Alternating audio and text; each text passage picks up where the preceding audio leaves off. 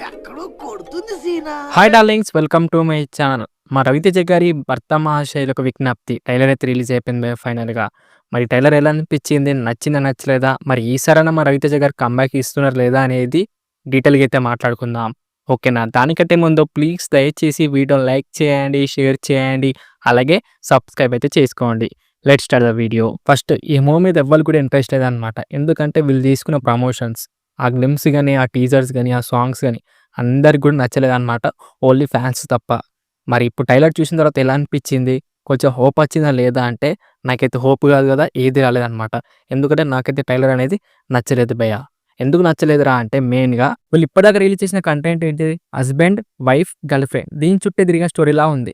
పర్లేదు భయ్యా, చాలా సింపుల్ స్టోరీ ఉంది. కానీ మెయిన్ పాయింట్ ఏంటిది? కామెడీ అండ్ ఎమోషనల్ సీన్స్ అనమాట.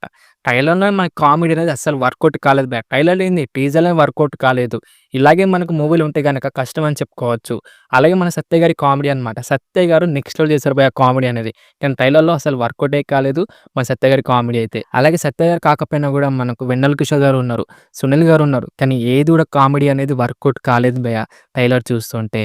చూడాలి మరి ఎలా ఉంటుందో. దాంతో పాటు మనకు ఎమోషనల్ సీన్స్ అనమాట. ఎమోషనల్ సీన్స్ కూడా పెద్దగా లేనట్టే కనబడుతున్నాయి. కానీ ఉన్నా కూడా సరిగ్గా వర్కౌట్ కావాలి భయ్యా ఈ మూవీలో అయితే. ట్రైలర్‌లో మనకు కామెడీ కనుక వర్కౌట్ కాకపోయినా కూడా వేరే సీన్స్ అన్నా వర్కౌట్ కావాలన్నమాట. అదేది నాకు అసలు వర్కౌట్ కాలేదు.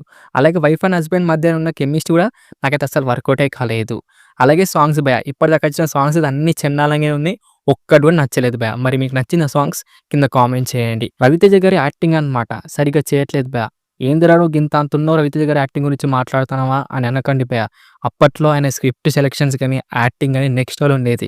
ఎప్పుడు మనకు 'రాజా ది గ్రేట్' మూవీ చేశారో అప్పటినుంచెల్లి ఆయన స్క్రిప్ట్ సెలెక్షన్స్ గాని, ఆ యాక్టింగ్ గాని అసలు వర్కౌట్ కాలేదు భయ్యా.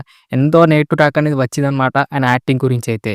మరి ఈ మూవీలన్నా సరిగ్గా యాక్టింగ్ చేస్తారో లేదో చూడాలి భయ్యా. ట్రైలర్‌లో నాకు నచ్చింది ఏంటిదిరా అంటే మూడే మూడు. ఒకటి సినిమాటోగ్రఫీ బావుంది అండ్ ప్రొడక్షన్ క్వాలిటీస్ బానే ఖర్చు పెట్టారు.